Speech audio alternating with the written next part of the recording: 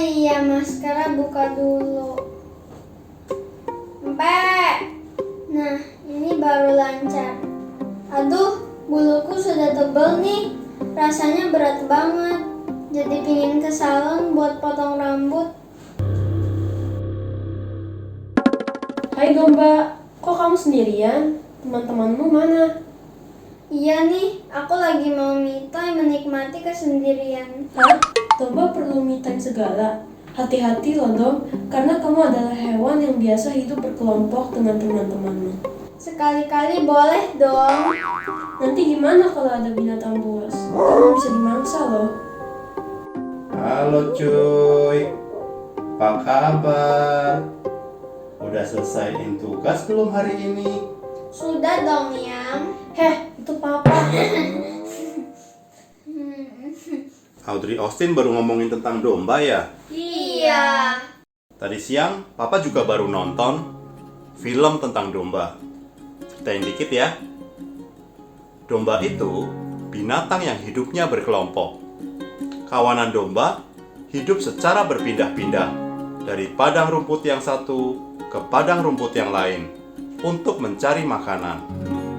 Seringkali di padang rumput yang sama ada beberapa kawanan domba dengan gembalanya masing-masing. Beberapa gembala berteman, mereka saling menjaga. Ingat, waktu malaikat memberitahu tentang kelahiran juru selamat, di malam hari, para gembala beserta domba-dombanya tinggal di padang. Pada petang hari, gembala akan memanggil domba-dombanya untuk pulang ke kandang. Sebelum peternakan domba modern seperti sekarang ini, kandang domba saat itu modelnya terbuka di ladang. Kandang itu dipatok dengan kayu dan tali yang berfungsi sebagai pagar. Dari video yang papa tonton, papa baru tahu domba-domba itu tahu loh suara gembalanya.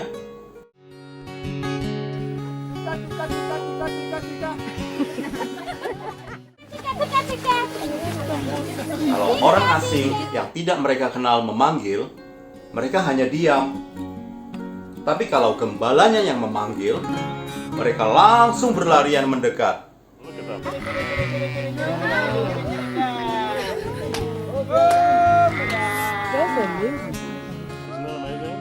They are coming. Oh my God.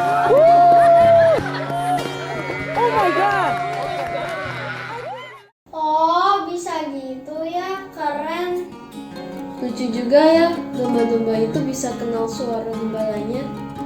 Sama orang lain gak nurut, tapi sama gembalanya nurut. Pah, kenapa sih anak-anak Tuhan disebut domba? Karena domba adalah binatang yang hidupnya sangat bergantung sekali pada gembalanya. Sama seperti anak-anak Tuhan yang hidupnya sangat bergantung kepada Tuhan. Gembala setiap saat menjaga domba-dombanya. Ia menuntun domba-dombanya ke padang rumput untuk makan. Si gembala juga menuntun domba-dombanya ke air yang tenang untuk memberi mereka minum. Domba termasuk hewan yang lemah. Di alam bebas, domba seringkali menjadi mangsa dari binatang buas seperti serigala, singa, atau beruang. Tetapi seorang gembala yang baik akan selalu berusaha melindungi domba-dombanya, sekalipun dari serangan binatang buas. Aku jadi ingat cerita Daud membebaskan dombanya dari cengkraman singa. Walaupun kecil, tapi Daud berani. Sebagai gembala yang baik, Daud mengejar dan menghajar singa demi membebaskan dombanya. Bukan cuma singa loh, Cek, tapi beruang juga Daud kalahkan. Mau dilanjut nih ceritanya? Lanjutin dong, Pak. Cerita tentang domba yang hilang ini adalah cerita perumpamaan yang diceritakan Yesus kepada murid-muridnya. Kita juga termasuk murid-murid Yesus kan? Yes. Begini ceritanya. ada seorang gembala domba yang memiliki 100 ekor domba. Sore hari menjelang senja, saat gembala memanggil pulang domba-dombanya ke kandang, sambil menghitungnya, gembala itu tahu bahwa ada satu dombanya yang hilang. Si gembala menjadi gelisah, takut, sedih dan khawatir terhadap satu dombanya yang hilang. Dengan segera, si gembala memutuskan untuk pergi mencarinya. Ia meninggalkan 99 domba lainnya di kandang terbuka yang di padang itu.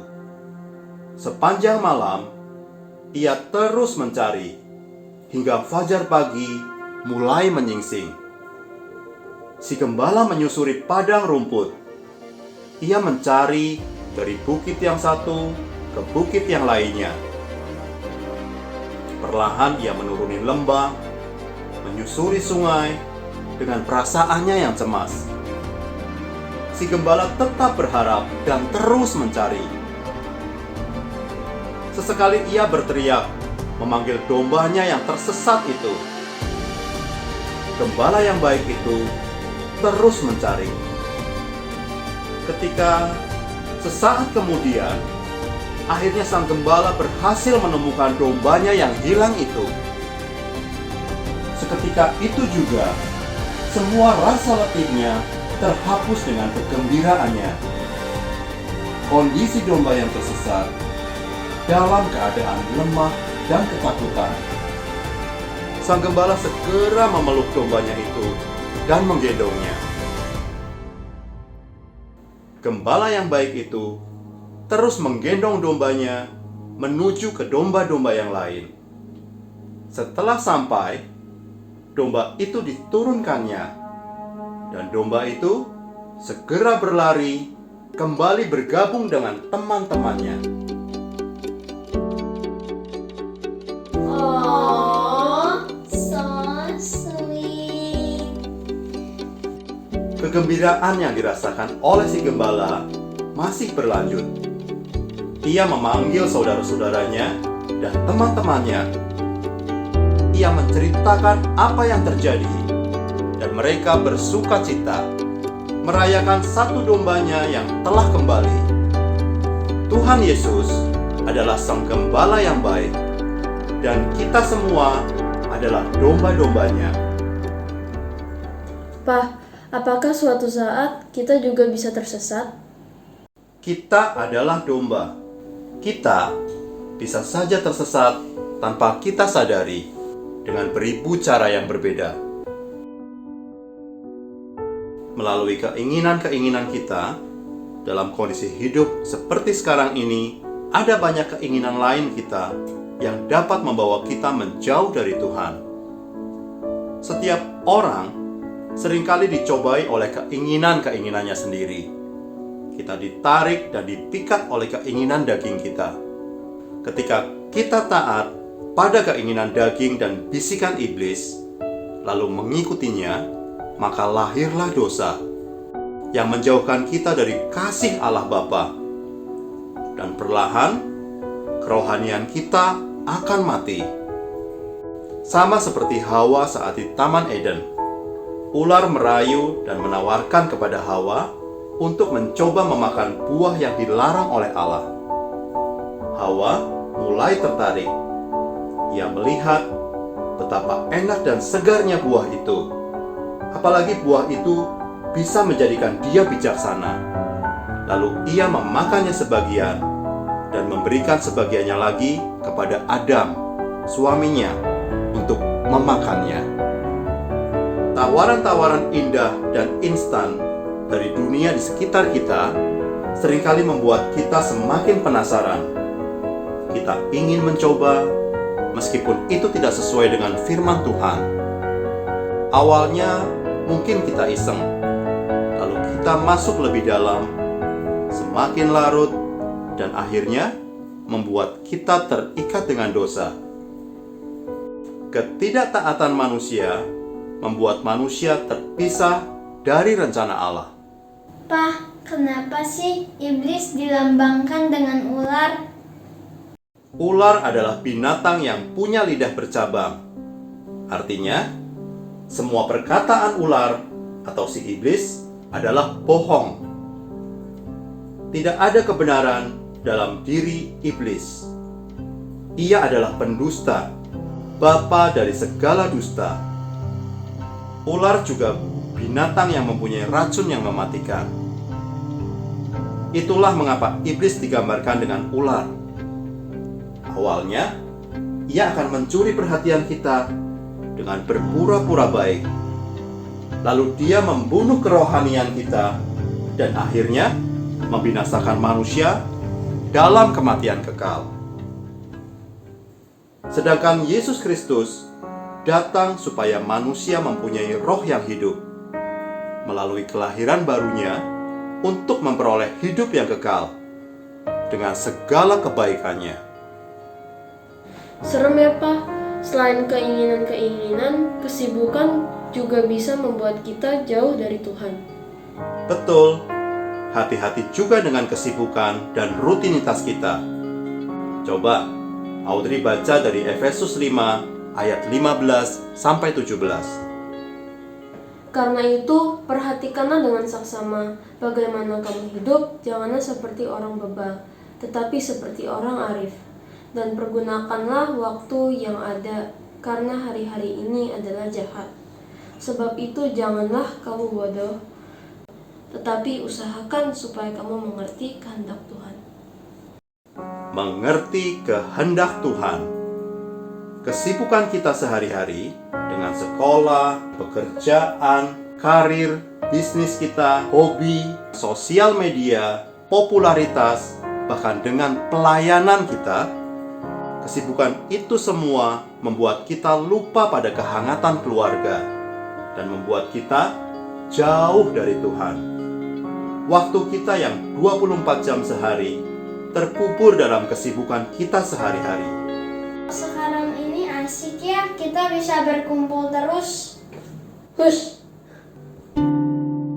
Di masa pandemi COVID seperti sekarang ini, ketika anak-anak hanya dapat sekolah online di rumah, para karyawan bekerja dari rumah, dan sebagian orang sedih karena kehilangan pekerjaan.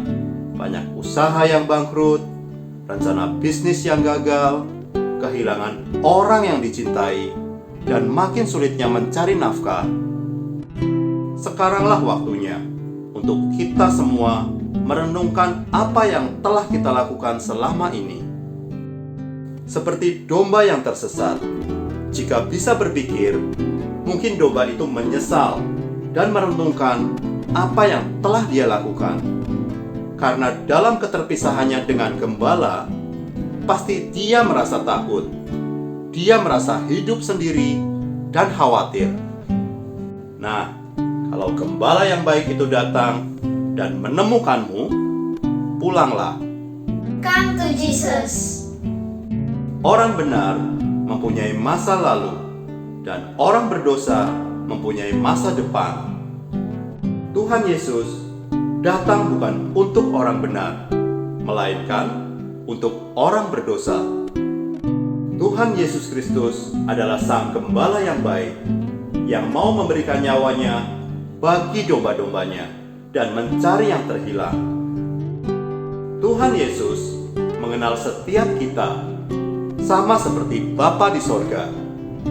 Ia tidak menghendaki seorang pun dari anak-anaknya hilang. Akan ada sukacita di surga karena satu orang berdosa yang bertobat. Bagi kita yang saat ini sedang jauh dari Tuhan, pulanglah. Kembalilah kepada kasih Kristus. Kemanakah aku dapat pergi, menjauhi roh-Mu yang suci, Kau sahabat